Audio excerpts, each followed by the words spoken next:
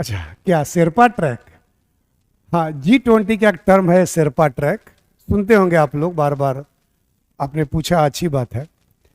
देखो, Sherpa track G20 का important track है। क्या होता है शेरपा ट्रैक, थोड़ा मैं समझा देता हूँ यहाँ पर आगे बढ़ने से पहले। शेरपा ट्रैक, शेरपा ट्रैक को समझने से पहले शेरपा क्या होते हैं ये समझा देता हूँ। शेरपा नाम सुना होगा। शेरपा जो है नेपाल में, तिब्बत में, खासकर पूर्वी नेपाल वगैरह के इलाके में पाए जाते हैं। इंसान ही होते हैं, कोई पशु नहीं होते, इंसान होते हैं। इनकी विशेषता क्या होती है कि ये पर्वतारोहियों को जो पर्वत पे चढ़ते हैं, पहाड़ों पे चढ़ते हैं, खासकर हिमालय पे चढ़ते हैं, उनका मार्गदर्शन करते हैं, उनको रास्ता दिखाते हैं।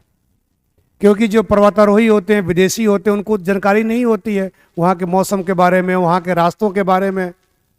उनको चढ़ना तो आता है, चढ़ना तो जानते हैं वो लोग, लेकिन वो उन चीज़ों को, उस परिस्थितियों को, उस प्रकृति को, पर्यावरण को, जलवायु को नहीं समझ पाते हैं, उन रास्तों को नहीं समझ पाते हैं। तो उन्हीं को रास्ता दिखाने के लिए शेरपा होते हैं, जो कि ज़्यादातर बौद्ध धर्म के अनुयायी होते हैं और इनका अपना एक जीवन शैली है। लेकिन कोई पूछे शेरपा है क्या? शेरपा एक समुदाय है जो कि नेपाल, तिब्बत में पाया जाता है। हिमालय में पर्वतारोहियों को रास्ता दिखाने का काम ये लोग करते हैं। अब सवाल है कि G20 में शेरपा ट्रैक क्यों दिया गया है? G20 का शेरपा ट्रैक, G20 में शेरपा नहीं है, शेरपा ट्रैक दिए गए हैं, लिखा गया है शेरपा ट्रैक। G20 में कई ट्रैक है, शेरपा ट्रैक है, एक वित्त ट्रैक है, फाइनेंस ट्रैक कहते हैं। तो शेरपा ट्रैक जो होते हैं ये बेसिकली G20 के जितने, G20 क्या है? राष्ट्राध्यक्षों का सम्मेलन है। इसके जितने मेंबर नेशन हैं उन सभी के हेड जो होते हैं, उनके असिस्टेंट को कह सकते हैं शेरपा। जितने भी अपने देश के अभी G20 का सम्मेलन हुआ था ना, उसमें अपने देश के प्रधानमंत्री मोदी जी भाग लिए थे। उनके असिस्टेंट थे अमिताभ कांत।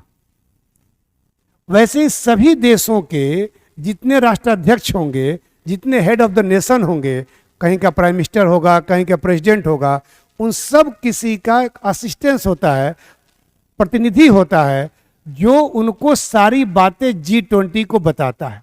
क्योंकि राष्ट्राध्यक्षों के पास समय तो उतना होता नहीं है कि सारा G20 के सारी चीज़ों को सही से करें, इसलिए उनको सब G20 के बारे में ब्रीफ करना, जानकारी देना, ये उन शेरपाओं का काम होता है। तो शेरपा शब्द वहाँ से लिया गया है, लेकिन G20 में भी शेरपा का इस्तेमाल होता है।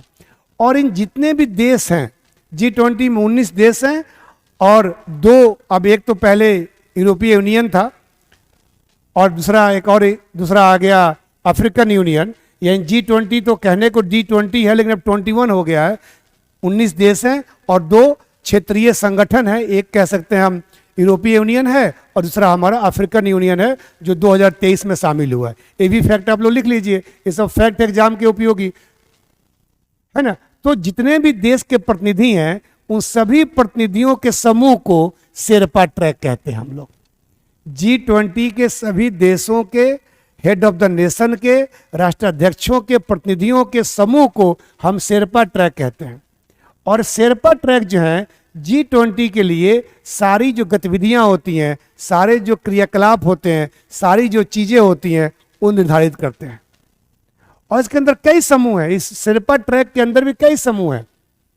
इसके अंदर कृषि समूह है, इसके अंदर शिक्षा कार्य समूह है, इसके अंदर स्वास्थ्य कार्य समूह है, इसके अंदर रोजगार कार्य समूह है, इसके अंदर विकास कार्य समूह है, इसके अंदर व्यापार एवं निवेश कार्य समूह है, इसके अंदर पर्यटन कार्य समूह है, ऊर्जा परिवर्तन कार्य समूह है। यानी इसके अंदर जो है कई प्रकार के समूह है। शेरपा ट्रैक के अंदर ही संस्कृति कार्य समूह है, भ्रष्टाचार रोधी कार्य समूह है। यानी शेरपा ट्रैक जो है इन सब चीजों पे काम करते हैं। शिक्षा, स्वास्थ्य, रोजगार, विकास, पर्यावरण, ऊर्जा परिवर्तन, आपदा के लिए भी, आपदा जोखिम के लिए भी ये लोग काम करते हैं। पर्यटन के लिए काम करते हैं, संस्कृति के लिए काम करते हैं, आपके भ्रष्टाचार के लिए रोकने के लिए काम करते हैं। यही शेरपा ट्रैक G20 का एक बहुत ही महत्वपूर्ण ट्रैक है, जो इन सब चीज़ों की बातें करता है और अपने हेड ऑफ नेशन को समझाता है, बताता है। G20 2023 का जो इंडिया में हुआ था, उसके शेरपा जो थे हमारे यहाँ, वो अमिताभ कांत थे, जो कि शेरपा ट्रैक के शेरपा के रूप में जाने जाते थे। ठीक है।